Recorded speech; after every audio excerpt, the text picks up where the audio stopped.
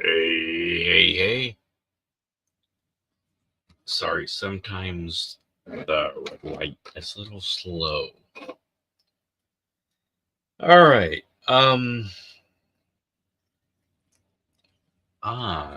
am going to react to an army recruiting video. As you may have seen in the title of the video, a doc. By the way, Rambling Doc J isn't just Doc because it sounds cool. No, it's an actual title kind of thing. J is just my name. But yeah, I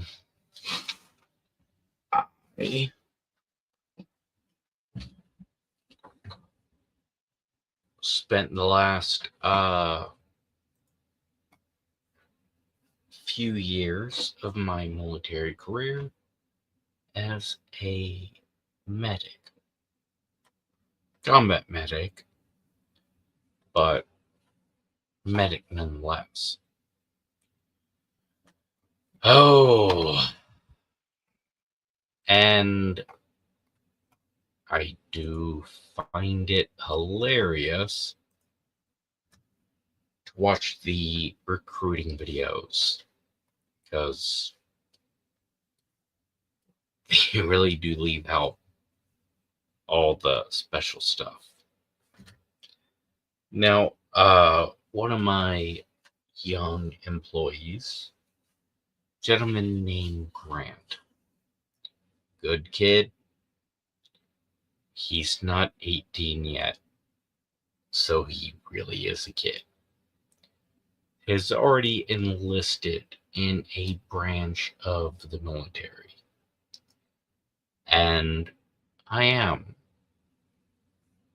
trying to be supportive and brutally honest about what's coming. And yes, there are people at work that think I'm just being really mean.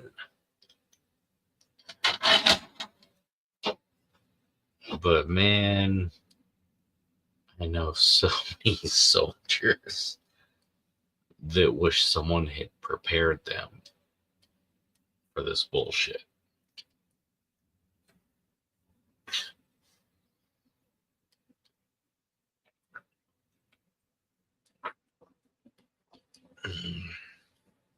So, Grant, I love you. And I know it was Valentine's Day, but need to watch it. Because, yeah.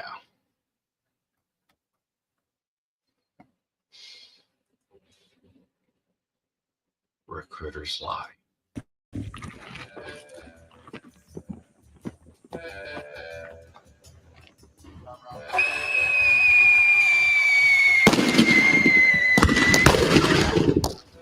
Medic! When a soldier is wounded on the battlefield. Not a single motherfucker said incoming. Not a single motherfucker said incoming. All right? Survival often depends upon early treatment from first responders.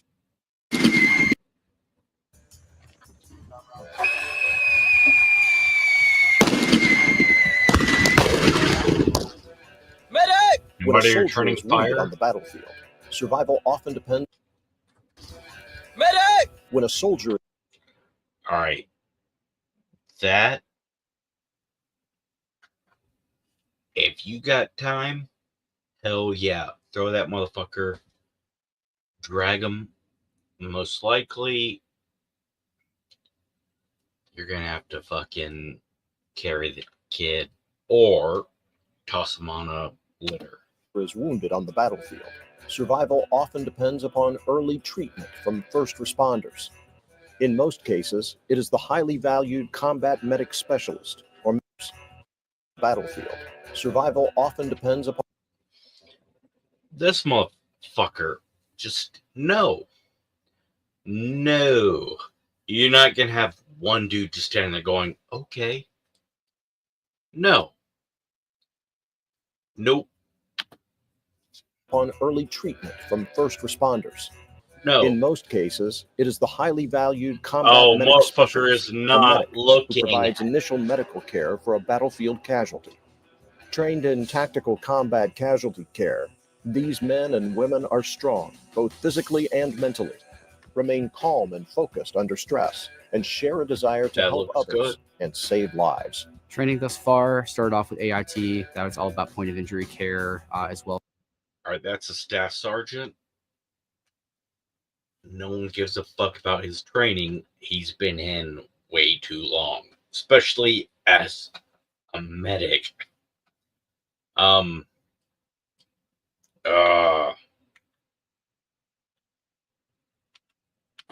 Care.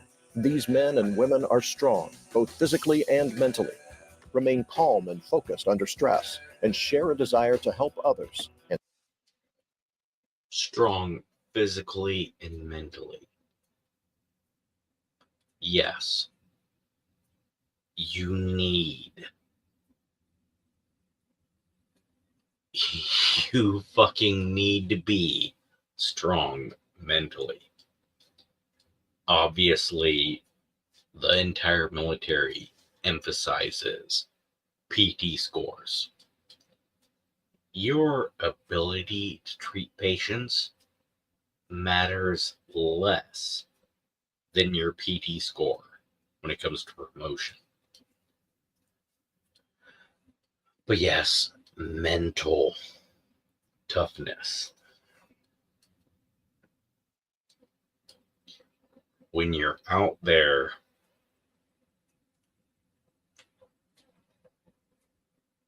deployed, unless you're in a unit that's on a fob, unless you're attached to a unit that is in a centralized location, if you are, say, a medic in a cavalry scout unit in a outpost with no electricity or running water, you are the doctor. You are the therapist. You are sometimes the priest.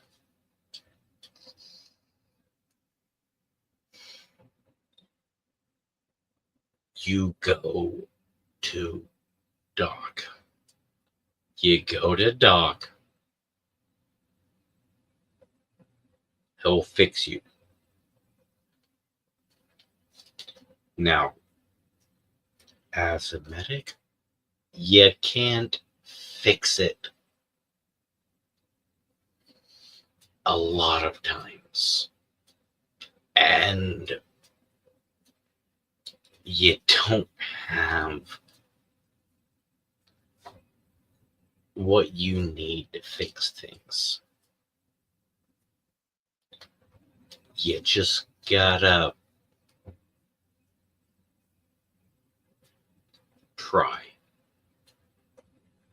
Try and fail and accept that you fail. And try and succeed and just motherfucker, I pulled it off. And everyone else just, yeah, that's what you're supposed to do.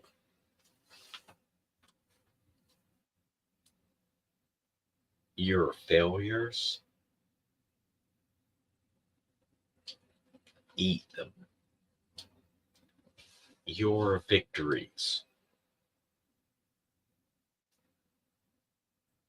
no one's going to say good job.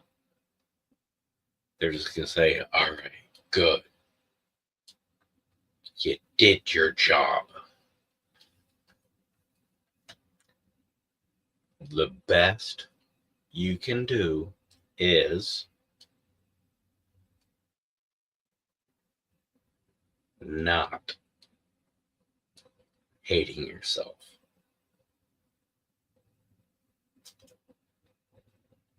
And save lives. Training thus far started off with AIT. That was all about point of injury care, as well earning your EMT basics license. So you also do have something to rely on whenever you decide to transition to the civilian world. Soldiers working in MOS Combat Medic Specialist function not only as combat medics, providing emergency you're medical not care and going treatment to fellow to soldiers on the battlefield, transition. but also provide limited primary You're not care going and to force health transition to protection. the civilian world. Oh, I've got all these qualifications. I'm in the civilian world, and oh, wait, can't do that. Can't do. Oh, wait, we're not treating patients. We're just fucking delaying treatment so we can bill them over and over again. You will become adept in tactical evacuation care, able to provide ongoing casualty care and support during evacuation. Trained to serve in emergency departments, ambulatory departments, medical surgical units, and intermediate care wards in both fixed and mobile hospitals. The most rewarding part is the opportunity to have higher education, taking that opportunity, and then realizing that now I'm able to provide better care to my patients and my battle buddies. Soldiers wishing to classify as combat medic specialists must first complete 10 weeks of basic combat training, followed by 16 weeks of advanced individual training at the Army Medical Department Center and School, Health Readiness Center of Excellence at Fort Sam Houston, Texas, home of the combat medic and military medicine. Your training will include practice inpatient care with realistic hands-on training and simulations to prepare you for what you may encounter in the field. A combat medic is someone who can seamlessly blend with the line units such as armor, infantry, and not only provide medical care at the point of injury, but armor, infantry, maintenance, this and that.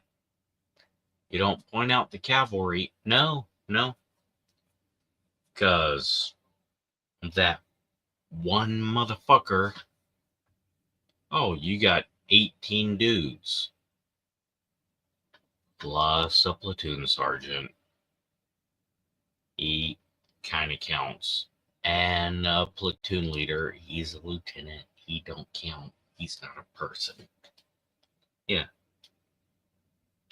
But be a part of the platoon as well when it comes to movement and reacting to fire and conducting all the same drills that they do on a day-to-day basis. During combat medic specialist training, you will be taught the advanced techniques of surgical cricothyroidotomy to gain access to a difficult airway, needle chest decompression for pneumothorax, and interosseous infusion to introduce needle chest cricothyroidotomy to gain access to a difficult airway, needle chest that motherfucker is in the wrong spot. He is not.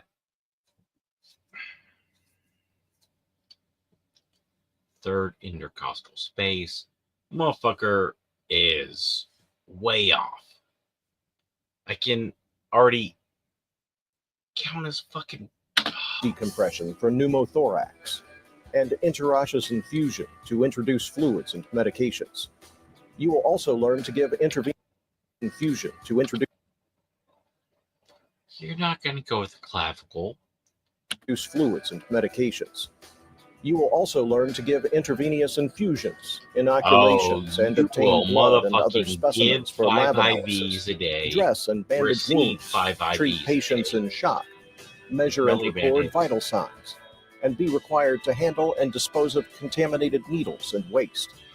In order to graduate, you must become certified in basic life support and must pass the National Registry Certification Test for Emergency Medical Oh Technicians. yeah, you're gonna pass Upon the graduation, NREMT. you may be assigned to a maneuver unit or to a fixed facility to train unit soldiers in first responder medical care.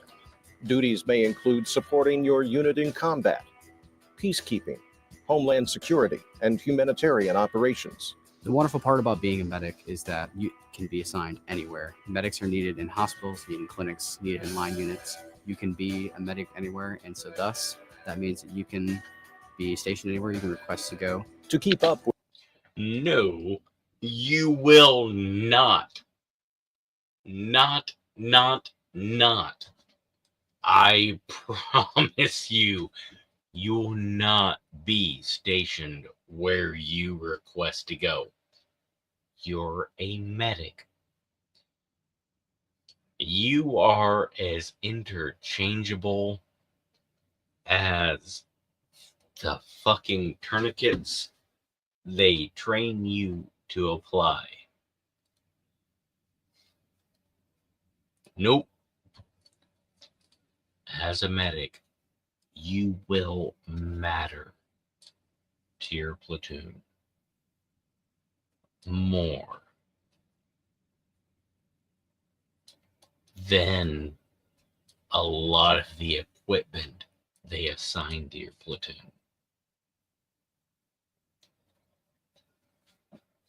To the troop or company, squadron or battalion or battery, you don't matter.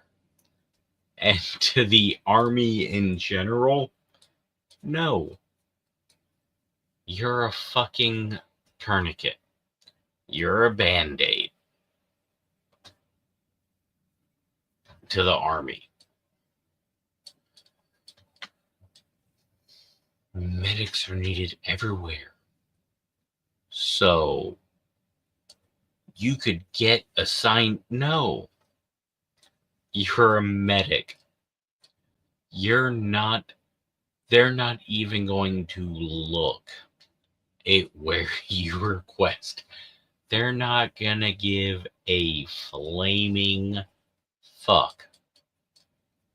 I have a spouse or child that has specific needs, and they will fucking station you at Fort Stewart, Georgia, where they cannot meet the needs of your family, and fucking force you to 3 or 4 times a year fucking make the drive. What is it? 3.5 hours away? Yeah. Oh, I'm sorry. Oh, yeah. We don't have those facilities for your family member. You're gonna have to drive to Fort Bragg.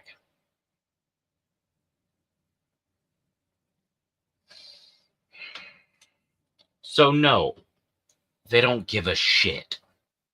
Being a medic doesn't make you important at all. It makes you worthless. Except to that small group of people that you're taking care of. You won't get the stuff needed to take care of them. But yeah, they're the only ones that fucking care about you. The army don't. with advances in medical equipment and procedures, you will be required to update your skills annually and to maintain a valid, unrestricted EMT certification. You may also be given the opportunity to qualify for additional subspecialties. With additional training, you could transition into a critical care flight paramedic, nurse, or physician assistant. You always start off with getting your EMT basic. That allows you to work with any fire department. Shut the fuck up, accepts EMT Staff basic Sergeant. for this company. The training and experience gained by soldiers serving in this MOS often provides them with more hands-on experience than their civilian counterparts. This can be a major advantage when preparing for a civilian career after the Army. You learn to work with people. You learn to be a leader. That's huge in any job field. No, As well it's as not you learn in the to work medical under field. stress. Military Occupational Specialty Combat Medic Specialist, providing cutting-edge medical care for the battlefield and beyond. Conserve the fighting strength.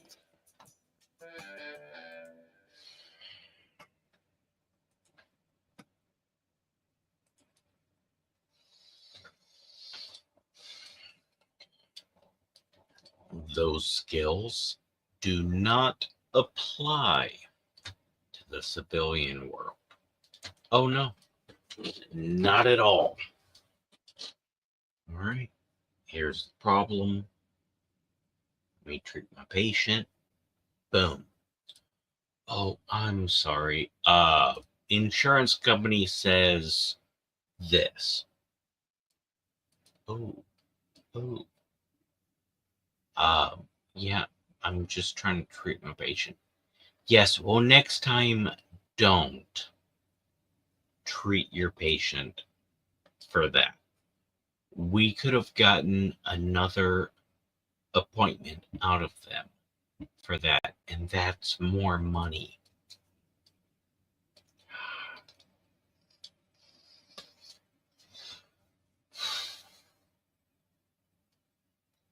And yeah, they're not gonna fucking give you the duty station.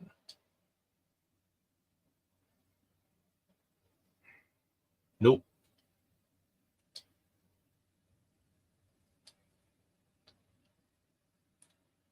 If you want to be a combat medic,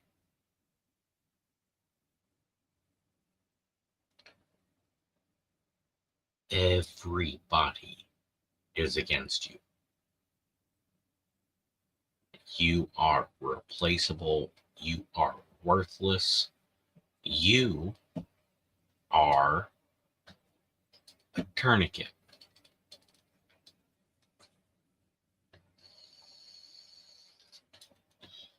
Although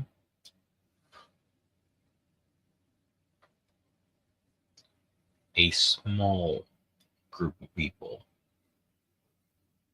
are going to love you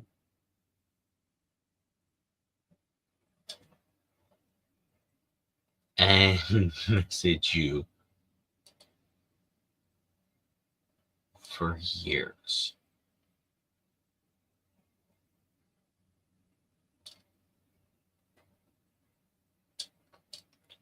And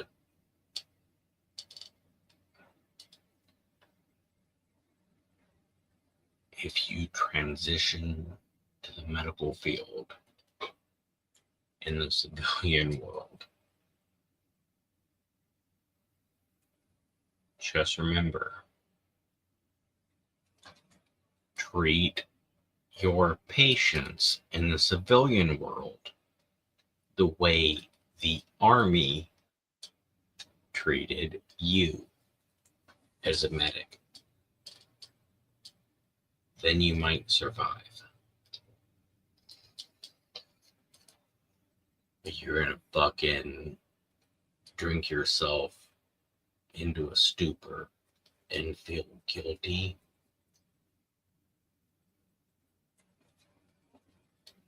And want to join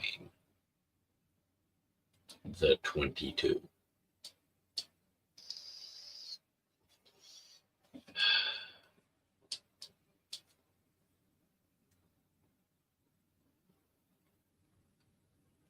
Grant, I really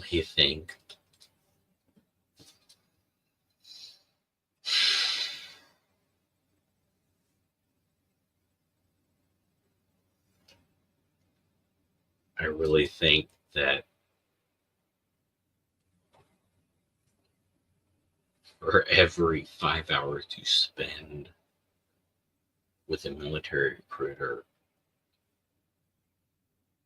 you should spend 1 hour with a drunk, disabled veteran.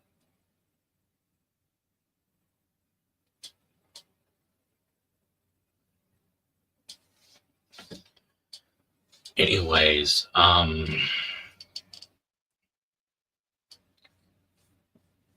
I don't want to discourage anyone from serving their country, from serving the military, from gaining the benefits and the training and the education and the GI Bill that are available to you.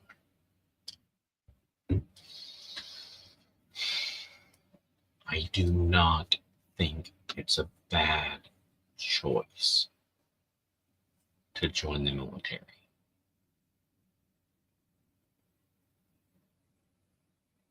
I don't.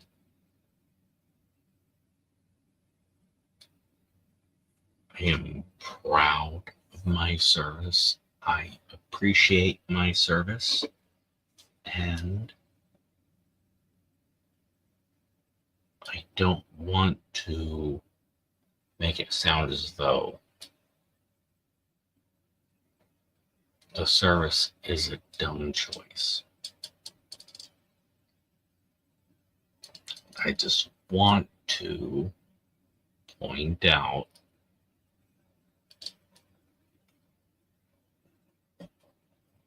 that the recruiting is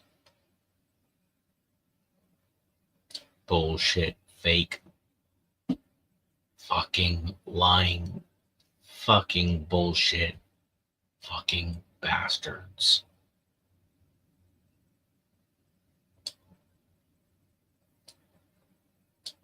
Know what you're getting into. I encourage you to serve. I encourage you to experience the trauma of the military. I just want you to walk in with open eyes and then walk out angry like me. Hopefully not a cripple like me, but walk in with open eyes and walk out angry and proud.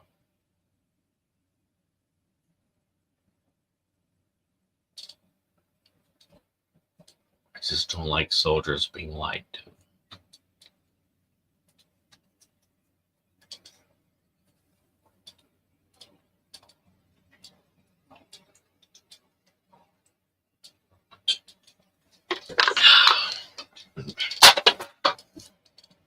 Also,